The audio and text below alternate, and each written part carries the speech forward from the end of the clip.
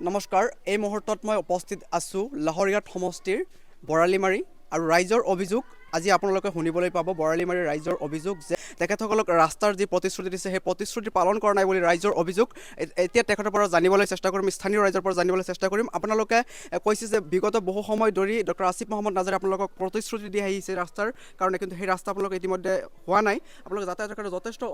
অসুবিধাৰ সন্মুখীন হৈছে কি ক'ব ইয়াৰ বিষয়ে হয় আমি যেটো নেকি ৰাস্তা আছে একেবাৰে ৰাস্তাটোৰ অৱস্থা বিকল হৈ পৰিছে যেটো ৰাস্তাৰে নেকি হাজাৰ হাজাৰ ল'ৰা ছোৱালী স্কুলত যাবলগীয়া হয় যায় যেতিয়া বৰষুণ পৰে তেতিয়া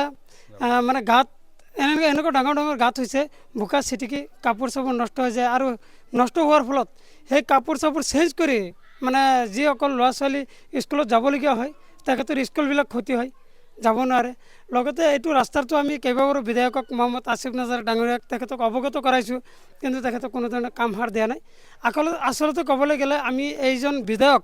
অতি মানে দুৰ্ভাগ্যৰ বিষয় যে এনেকুৱা বিধায়ক এটা পাইছোঁ নিকাম্য বিধায়ক বুলি ক'ব পাৰে আমি যাৰ নেকি কোনো কৰ্মৰ ফলেই নাই আচলতে তেখেতৰ দেউতাই যেনেকুৱা আগন্তুক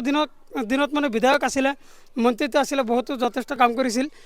এজন মানুহে যে সবখিনি কাম কৰি শেষ কৰি থৈ যাব পাৰে কিন্তু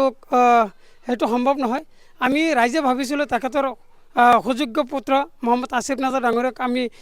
ভোট দি পেলাই জিকাই দিওঁ তেখেতে তেনেকুৱা ধৰণৰ কাম কৰিব কিন্তু তেখেতে কোনো ধৰণৰ কাম কৰা নাই কাম কৰিব নোৱাৰে মানে নকৰে মানে এলেহুৱা নিজৰ মানে যিখিনি লাগে আৰু যিখিনি মানে বিজেপি MLA মন্ত্ৰীৰ নিচিনা যিমানখিনি লাগে তেখেতে মানে সিমানখিনি নিজৰ পুঁজি নিজে ঠিক কৰি লৈছে আৰু ইফালে চাইছে আপোনালোকে এটা কমিউনিটি হল পৰি আছে এইটো হলৰ বিষয়ে আমি কেইবাবাৰো অৱগত কৰাইছোঁ কিন্তু তেখেতে কোনো ধৰণৰ কাণ সাৰ দিয়া নাই বা তেনেকুৱা তেখেতে বোলে তেখেতৰ হাতত বোলে তেনেকুৱা কোনো পুঁজিয়ে নাই শুনিবলৈ পাইছোঁ যে এই কমিউনিটি হল যিটো আপোনালোকে কৈছে সেইটোৰ ক্ষেত্ৰত আপোনালোকক টকা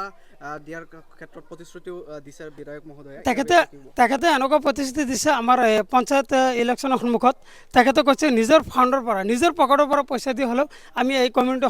হলখন আমি আকৌ পুনৰ জীৱিত কৰি তুলিম কিন্তু এতিয়া ধৰক আপোনালোকে দেখিছে সম্পূৰ্ণৰূপে বিকল হৈ পৰিছে এতিয়া বৰ্তমান